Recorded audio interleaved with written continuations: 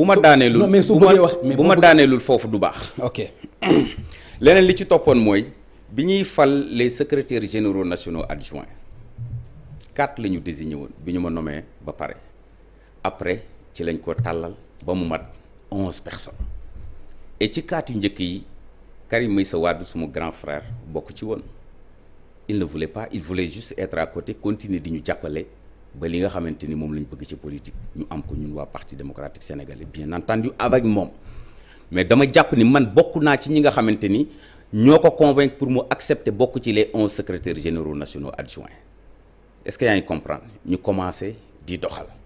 donc loolu moo indi. lan ngeen doxal loolu moo indi le collège des secrétaires généraux nationaux adjoints. ok yàlla dafa dogal aussi biñ ñu nommé commencé nañ ku ne xam na ni plateau télé yi doo ci ibbi lenn te gisuloo li nga xamante ni mooy ay représentants parti démocratique sénégalais ci plateau yi ñuy défendre le parti suñu représentation sur le terrain kenn nattable wu ko et loolu aussi lu amoon solo la. d'accord donc vraiment loolu mooy le collège des ci sa poste ci sa nomination lan nga ci def ci moment bi nga xam ni jox lañ la ko tey jii boo ci doon def bilan lan nga may wax. suñu nomination liñ ci def c'est vrai que dañu commencé def réorganisation déjà ñu proposer président de la République Abdoulaye Wade ancien président de la République frère secrétaire général national adjoint pour ñu def li nga xamante ni mooy la réunion du secrétariat national ne serait-ce que pour mu installer le secrétariat national ku ci nekk ñu wax la say prérogatives secrétaire national bu ne attribut yu ñu la jox ñu wax la lan nga ko war a doxalee.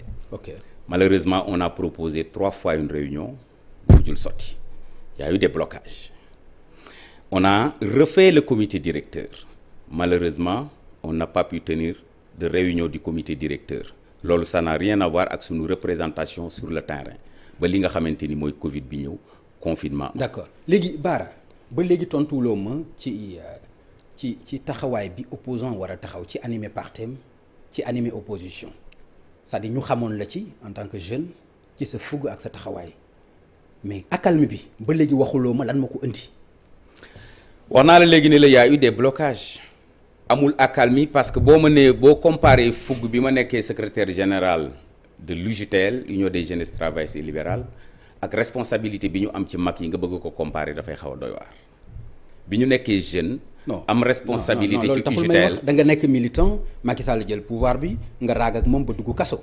loolu ñu ngi ko suivre absolument lan moo indi accalmie bi lan la wax ma xam. y a pas eu d'accalmie c'est une question d'organisation au niveau interne wax naa la léegi ni la. ci biir organisation bi dañu ne bon ñii ñoo war a dem au front ñii ñoo war a def lii ñii ñoo war a def lële te génne la si. wala naka la dem ban front nga ma mën a limal ci parti démocratique sénégalais boo xamante ni ñun ñëpp ànduñu ko di ko liggéey je pense que liñ ci war a def ñun ñëpp ñu ngi koy defandoo parce que parti politique la ñu yor du kenn nit rek mooy représenter le parti politique et la manière dont nous nous sommes organisés au sein du parti démocratique sénégalais ci ni mu beesee nii mooy dañu am 11 secrétaires généraux nationaux adjoints yuy jàppale le président Wade mais loolu taxul ñëpp yam cër. d'accord Bara Gaye moo topp ci président Abdoulaye Wade parce que bu ñëpp yamoon cër ordre alphabétique la mbir mi naroon a doon te bu doonoon ordre alphabétique Karim Wade mooy nekk 11e secrétaire général national adjoint Doudou Wade nekk 10e secrétaire général national adjoint mais loolu dem nañ ba ci biir ba tey toog fii nan la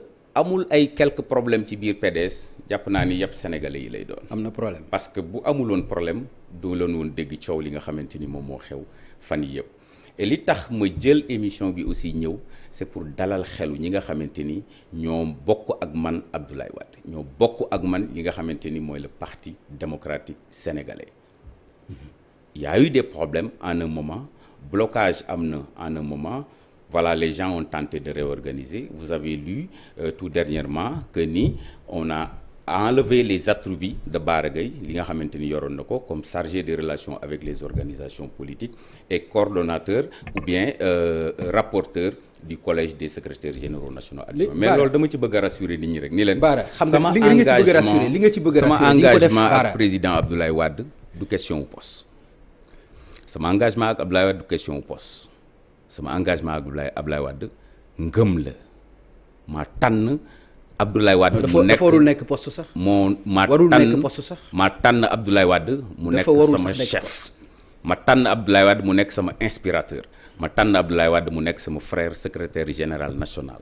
donc démb bërki démb ba tey je demeure militant de Abdoulaye Wade, militant du Parti démocratique. yow li ngay wax nii bu fekkee dëgg la si yow est-ce que rafet na nga jël sa ay sympathisants ñu ànd ak yow dem ci biir permanence PDS ñuy lancer seen ay vente de carte ñu saboté ko génne fa ay paaka génne fa ay jaasi tas lépp mu dem est-ce que yaakaar nga ni bu fekkee li ngay wax yow am na ci yow que am nga cër boo jox Abdoulaye Wade loolu war nga ko cautionner. Pape li nga wax dafa graw li nga wax dafa graw et Sénégalais dañu tàmm ñu ne journaliste moo ko wax donc dëgg la moo tax ma bëgg nga may ma. non waxuma ko. moo tax ma bëgg nga waxuma ko de waxuma ko ñi fa nekkoon ñoo taxaw jël micro yi ne Ani Bara bu ñëwul kenn du wax dara. loolu kay ñëpp a ngi koy dégg. léegi nag xam nga loolu presque léegi mu wan ñaari weer. waaw non dama ni mais kon bul ni maa ko wax. léegi xam nga loolu léegi mu man ñaari mais bul ni maa ko wax d'accord. posé nga ma question may ma répondre ci question boobu. waaw mais bul ni maa ko wax. yëguma toj yónneewuma ñëwuma woon. parce que yëguma lan moo fa yóbbu sa tur. boo ko dégloo di nga dégg. ok dafa am ko tudd Gaynde Fatma Tall bi nga xamante ni ñu ngi war a dérouler l'opération de vente des cartes Gaynde Fatma boobu ñuy wax ni militant Bara Gaye la 89 la dugg ci parti bi muy dugg ci parti bi man C1 laay def Pape C1 ña fa toogoon ci taabal ji ñëpp kenn gënu ko ci ancien ku dul Lamine Thiam bi mu demee ba comprendre li nga xamante ni moom moo xew parce que gisul Bara Gaye mi nga xamante ni mooy premier secrétaire général national adjoint mu ñëw def benn motion préjudicielle jël micro bi wax ñi nga xam ne ñoo fa toogoon bu ñu amoon mat dañ koy bàyyi mu wax parce que kuy wax di nga daaneel. mais noonu la ñuy waxee da ngay ñëw jël micro pour wax. assemblée loolu sabotage la wala lan la. assemblée générale defal ndànk man cautionné wu ma li nga xamante ni moom moo fa xew. cautionné wu ma violence. mais pourquoi mais non may ma Pape ma daaneel may ma Pape ma daaneel mënoo ma ni cautionné wuloo ko. alors que yaa ngi ciy doog a wax yow Bara Gaye. may ma Pape ma daaneel pourquoi loolu. pourquoi nga noppi ci. wax dafa jooy ñu ne ko lu tax ngay jooy mu ne dañ maa wax te jotuma. da nga jàpp ni 2 mois après lay doog a jot. déglu ma rek. da nga jàpp ni amuloo woon ay compte yoo war a mën a rendre président de la république. déglu ma jàppuloo ni am nga ay compte yoo waroon rendre sa ay frères yi nga xam ne yéen a bokk parti. bi Gaynde Fatma defee motion préjudicielle boobu jël micro bi wax suñu ko bàyyi woon mu wax dana daaneel mais dañ ko dóor ay chaise génnee ay jaasi génnee ay paaka xaj na c'était pour saboter. mais la fa nekk la fa jot a xew cautionné wu ma ko tey cautionné wu ma ko ëllëg parce que kenn mësuma xam ci violence. man mi nga xamante ni maa war a defar permanence du ma yàq permanence man mi war a defar pour ñu am parti bu fort du man maay ñëw naan maa ngi yàq parti boobu lay mais yëguma réunion tinuma réunion. on ne m'a pas convoqué et le jour J j'avais une réunion de conseil municipal pour remplacer ñaari conseils municipaux yi nga xamante ni dañu bokkoon ak ñun depuis 2014 te wàññeeku notamment Mor Aram Kébé nga xamante ni c'est un responsable du Parti démocratique sénégalais. ba ma jàppee sama conseil municipal 10 jours avant waaw may ma daaneel foofu bu ma daaneel du baax Pape s'il vous plaît ba ma jàppee sama réunion conseil municipal 10 jours avant ñu jàpp réunion boobu 5 jours ci sama biir convocation bu ñu ma yëgaloon sax mën naa xool nu may arrangé woo ba ñëw mais yëguma réunion boo yëgul nag doo fa teg sa tànk la fa jot a xew ñëpp a ngi koy mettitlu mais terewul mbir mi continuer dem na jusqu'au bout parce que loolu mooy politique aussi donc la fa jot a xew. Bara Gaye taxewu ci laalewu ci te ku ko jiiñ yaa ngi koy tooñ. lan moo ci yóbbu sa tur. li ci yóbbu sama tur Gaynde Fatma bi mu jëlee micro bi dafa wax ni président Doudou Wade lii du parti démocratique sénégalais parce que njaayum carte daawul demee nii ki nga xamante ni mooy premier secrétaire général national adjoint du parti lu tax teewul fii su ma doon Doudou Wade damay jël micro bi tontu ko su ma ko tonton coow li jeex. mais mayuñu ko fu mu daanele xaaral non dara du fi am te Bara Gaye ñëwul lii la ñu wax. dara du fi amee te Bara Gaye ñëwul. loolu sa wax la. non attends loolu sa wax la. bokkul ak li nga xamante ni bokkul ak li nga xamante ni man loolu la ñu ma rapporté. bokkul ak li nga xamante ni loolu laa gis. léegi lan moo tere nga intervenir ci depuis boobu ba léegi loolu su amee te li ngay wax mu nekk dëgg ci yow est-ce que amuloo woon compte boo rendre président de la république bi fi woon Abdoulaye Wade nekk sa secrétaire général national. rendre compte Abdoulaye Wade def naa ko mais du yow laa koy wax Pape. non mais non xare rek du yow laa koy wax nag. non man xam nga man xam nga waa xaaral waxuma la nga wax ma ko yooyu tam. waa xaaral mais boo koy def waa defal ndànk au moins di nga ko def à travers la presse. waa defal ndànk sànq bi may tijji dama ni la président Wade ñu ngi jokkoo au téléphone ñu ngi jokkoo par email ñu ngi jokkoo par WhatsApp. kañ la gëj a am loolu.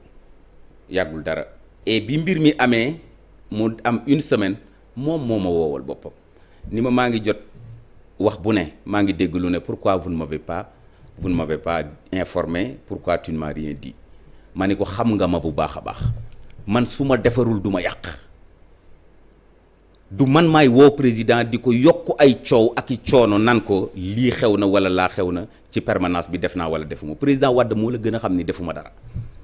am na nag ñu jóg ñoo xamante ni bu ñu sañoon ñaar ñu ànd la ñuy bañ bu ñu sañoon tranquillité la ñuy bañ ci dans nos organisations donc lu leen neex la ñuy wax lu leen neex la ñuy def alors donc vraiment mais taqewuma ci laalewuma ci la fa xewoon ña ngi koy mettitlu te yónneewuma tey yónneewuma ëllëg te ñoom ñi nga xamante ni ñoo ma koy jiiñ xam nañ bu baax a baax ni defuma lool man parti bi su ma ko yokkul duma ko wàññi. parce que gëmuma lu may parti démocratique kenn convié wu la ci daje boobu. effectivement kenn convié wu ma ci daje boobu. te loolu wóor li ngay wax nii mën nga ko waat mën nga ko kitaabu li nga wax nii. waaw mais quand même Pape man maa la ko wax. waaye kenn convié wu la ci. kenn convié wu ma ci daje bi et puis warul woon demee noonu. nan la waroon demee. dès le mois de février président Abdoulaye Wade dani ma parce que en réalité li taxoon ma bëgg nga bàyyi ma développé sànq parce que boo may dagg rek mbir mi. waaw non mais de xam nga nag aussi da nga ñëw. soo may dagg rek communiquer nag aussi soo may dagg ñëw rek pour ñu waxtaan. soo may dagg rek mbir mi du ñëwuloo pour man comprendre naa sa